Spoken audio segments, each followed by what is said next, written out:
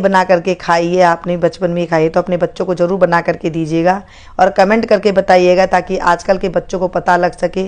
और जो बाहर की ये चीज़ें खा रहे हैं, पैकेट वाली चीज़ें खा रहे हैं, पास्ता और जो चाउमीन वगैरह खा रहे हैं, ज़्यादा पिज़्ज़ा पसंद आ रहा है बच्चों को, आप चाहें कि ये घर की असली चीज़ें जो हमारी दादी नानियाँ बनाया करती थी वो बच्चों को दें और बच्चों को पता चल सके कि इससे जो है हमारा लीवर, किडनी, माइंड ये सब अच्छा रहने लग जाएगा।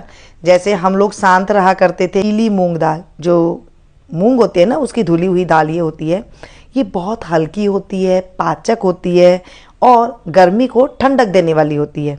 क्योंकि ये आपने देखा होगा जब आप पकाते हैं तो बहुत जल्दी से ये पक जाती है, तो ये पेट में जाकर की बहुत हल्की होती है। तो मूंग दाल को हमने एक कटोरी लिया और इसे लेने के बाद एक बड़े बर्तन में लेकर के इसे हम 2 से 3 बार पानी में मसल के धोएंगे। इससे क्या होता है, इसमें जो पाउडर लगा होता है वो निकल जाता है। देखिए इतना सारा पाउडर निकल रहा है ना। अब इसे मैं 2 से 3 बार पानी से धो करके इस तरह से मैंने तैयार कर लिया है। अब एक हम साफ़ सुथरा कपड़ा लेंगे और उसके ऊपर हम इसे फैला देंगे। 15 मिनट ही आप इसे फैलाएंगे ना, ये एकदम भुरभुरी सी हो जाएगी। मतलब हम इसे सुखाना नहीं है, इसे सिर्फ इसकी नमी हटानी है और बस हल्की हल्की सी नमी रहेगी, तभी हमें इसका इस्तेमाल कर देना है। पंखे में रख दीजिएगा, फिर 15 मिनट में इस तरह से तैयार हो जाएगी। अब इसे ले करके एक भारी तले के बर्तन में हम इसे डालेंगे। कढ़ाई हो तो कढ़ाई ले लीजिएगा, ध्यान रखिएगा भारी तले का बर्तन हो या फिर नॉन स्टिक के बर्तन हो जिसमें कि ये जले ना। और इसे अब हम भूनेंगे, धीमी आंच रखनी है। उसके बाद आपको इसमें मीडियम गैस की कर देना है और इसे भून लेना है। देखिए जैसे बादामी कलर आने लगे तब तक हमें इस दाल को भूनना है, लगातार चलाते हुए। आंच को तेज नहीं करेंगे, नहीं तो दाल नीचे से लग जाएगी या फिर कहीं कहीं पर लाल हो जाएगी और कहीं कहीं पर ये जो है सफ़ेद सफ़ेद रह जाएगी, पीली पीली रह जाएगी। अब हम इसमें 1 कप भर के मखाने डालेंगे। देखिए दाल कम ज़्यादा हो जाए कोई बात नहीं, मखाने कम ज़्यादा हो जाए कोई बात नहीं, इसमें कोई प्रॉपर आपको नाप तोल की कोई ज़रूरत नहीं है।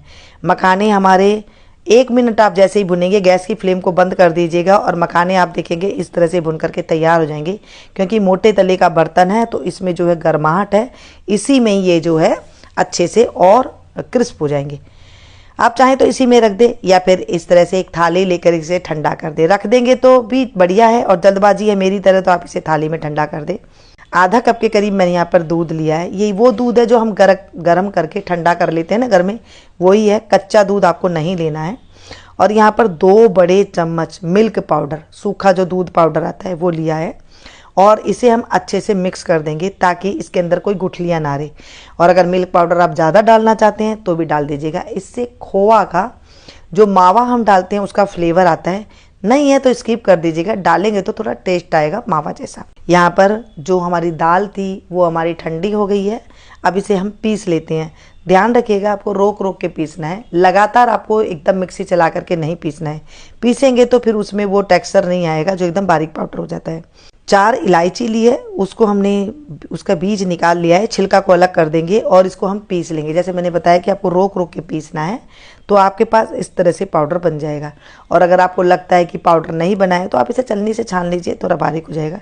ये हल्की बारीक दरदरी सी दाल हमारी बनके तैयार हो गई है। अब फिर से हम एक पैन लेंगे या फिर कढ़ाई आप ले लें, इसमें 2 चम्मच के करीब घी डालेंगे और इस घी के अंदर हम इस दाल को डाल देंगे जो दाल और मखाने का हमारे पास पाउडर बनके तैयार है। इसे भूनेंगे। देखिए भुनी हुई दाल है, हमें इसे थोड़ा सा ही 1-2 मिनट चलाएंगे और ये जो है अच्छे से इसमें घी मिक्स हो जाएगा और ये थोड़ी बहुत भुन भी जाएगी। जो हल्का सा कच्चापन है ना वो दूर हो जाएगा बस। अभी देखिए जो इसमें गुठलियाँ हैं उसे आप इस तरह से फोड़ दें, इस तरह से मिक्स होकर के थोड़ी सी चिकनी चिकनी सी दिखाई देने लग जाएगी। घी आपको ज़्यादा पसंद तो ज़्यादा डाल लीजिएगा, लेकिन गर्मी के मौसम में कम घी जो है हेल्दी होता है। तो यहाँ पर हमने इतना घी डाल दिया है कि ये अच्छे से मिक्स हो जाए। अब हम इसको बनाने के लिए जो दूध और मिल्क पाउडर का हमने इस्तेमाल किया था उसका इस्तेमाल करेंगे। देखिए कैसे करना है ये ज़रूर ध्यान दीजिएगा। इससे पहले मैं इसमें थोड़े से मगज डाल दूंगी, 2 से 3 चम्मच के करीब। मगज शरीर को ठंडा रखता है, दिमाग को तरोताज़ा बनाता है। जो बच्चे कहना नहीं मानते, पढ़ाई में उनकी याददाश्त कमज़ोर रहती है, तो उसके लिए भी ये मगज बहुत अच्छे होते हैं। यानी कि खरबूजे के बीज, आपको तरबूज के बीज मिल जाए, 5 मगज मिल जाए, वो भी इसमें डाल सकते हैं। अब जो दूध हमने तैयार किया था, आंच को धीमी रखी है और इसमें थोड़ा थोड़ा 1-1 चम्मच दूध डालते हुए हमें इसे मिक्स करना है। ध्यान रखिएगा एक साथ दूध नहीं डालना है, आपको थोड़ा थोड़ा करके मिलाते हुए डालना है। अगर एक साथ डालेंगे तो ये इसकी जो है गांठें बहुत ज़्यादा हो जाएगी और फिर आपसे ये बनेगा नहीं। थोड़ा थोड़ा दूध डालते हुए मिक्स करते हुए देखिए मैंने एकदम इसे भून रही हूँ धीमी आंच पर, और इसे मिक्स करते हुए जो दूध का हल्का सा कच्चापन है वो दूध का कच्चापन भी हट जाएगा, और जो हमने इसके अंदर मिल्क पाउडर डाला है वो उसमें खोया का रूप बन जाएगा, मतलब मावा बन जाएगा, टेस्ट अच्छा आ जाएगा। और इसको हम चलाते हुए लगातार नीचे लग जाता है ये, तो इसे कुचरते हुए लगाते हुए और इसे हम इस तरह से तैयार कर लेंगे। ये एकदम तैयार हो गया है। गैस की फ्लेम को मैंने बंद कर दी है। अब इसको मीठा करने के लिए हमें क्या डालना है, बहुत बढ़िया अच्छी खुशबू आ रही है, ऐसे लग रहा है जैसे चूरमा है। यहाँ पर धागे वाली मिश्री का आप इस्तेमाल कर सकते हैं क्योंकि ये ठंडी होती है पेट के लिए। यहाँ पर मैंने बूरा का इस्तेमाल किया है। आप मिश्री को कूट करके उसका पाउडर बना करके तैयार कर ले, फिर इसमें डाल ले। मैंने 1 कटोरी के करीब इसमें बूरा डाला है। आप देसी खांड का प्रयोग कर सकते हैं, मिश्री का प्रयोग कर सकते हैं, कुछ भी नहीं है तो आप जो चीनी खाते हैं उसको भी पीस करके डाल सकते हैं, लेकिन सबसे बेस्ट होगा कि आप बूरा या फिर मिश्री डाल लें। चलिए जिसे हम मिक्स कर लेते हैं। आपको मीठा का पता नहीं लग रहा है कम या ज़्यादा है, आप थोड़ा चख कर के देख लीजिए, आपको पता चल जाएगा। कम लग रहा है थोड़ा और डाल दीजिए, कम है तो कम खाते हैं तो इसे बस बराबर रख लीजिएगा जितना आपको खाना है। इस तरह से मिलाएंगे ना तो ये देखिए हल्का सा इसमें ऑयल आ जाएगा, अपने आप ही ये मॉइस्चर सा आ जाएगा। बस इसके अब आपको लड्डू बना लेने हैं, छोटा खाएं बड़ा खाएं, जैसे इसको आपको खाना है वैसे बना ले।